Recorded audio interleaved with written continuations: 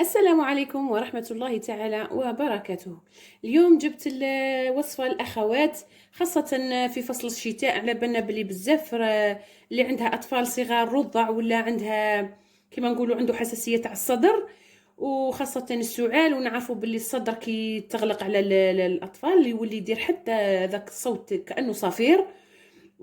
المهم انا جبت هذه الوصفه، والله العظيم رائعه رائعه رائعه، وجربتها مع بنتي في عمرها حوالي 5 اشهر. يعني النتيجه كانت ما توقعتهاش. كما نقولوا في يوم واحد الحمد لله تخلصت بنتي، ما اخذتها للطبيب، ولا لاني لا احب الطبيب ولا احب الادويه ايضا. المهم هنا واش استعملت هذا العشبه، يقولوا لها عشبه العرعار.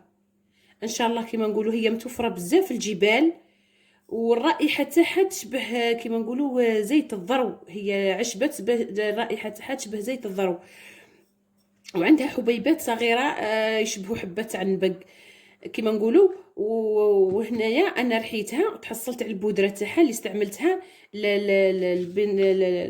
كما نقولوا في الوصفه تاعي. وعندي كذلك زيت الذرو. زيت الذرو هذا راه مطحون، ويعني كما نقولوا مش من هذا كما نقولوا اصلي. شريت كما نقولوا نشري غير بالكميه لانه غالي جدا. المهم هنايا انا واش عندي كما نقولوا زيت الزيتون كما راكي تشوفي فيه، دفيته كما نقولوا على نار قليله، ما سخنتوش باش يغلي ولا لانه المفعول تاعو رايح يروح. بما اني انا كما نقولوا استعملته في فصل الشتاء لازم ندفيه باش نحطوه على. دفيته مليح كما نقولوا بطريقه. بعد ذلك دهنت على الصدر تاع بنتي، دفيته حوالي كما نقولوا دهنت لها به حوالي 3 دقائق، وانا نمسد لها بزيت الزيتون هكذا. اليوم الاول استعملت لها في الصدر وكما نقولوا تحت الابيطين، وذريت لها بهذه الطريقه هكذا. حاول نذري لها بهذا البودره تاع العرعار.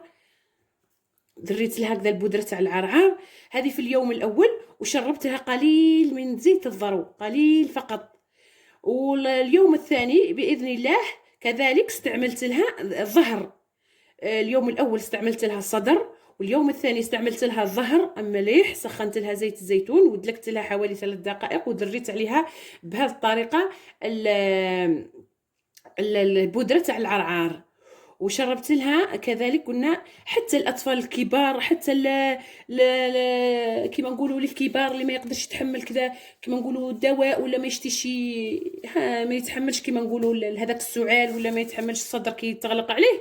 والله هذه النتيجه ما شاء الله رائعه، وجربتها وقيت فيها النتيجه، وحبيت نشارك فيها اخواتي، والشفاء العاجل وكما نقولوا نتمنى. المهم هذه هي الوصفه لنهار اليوم.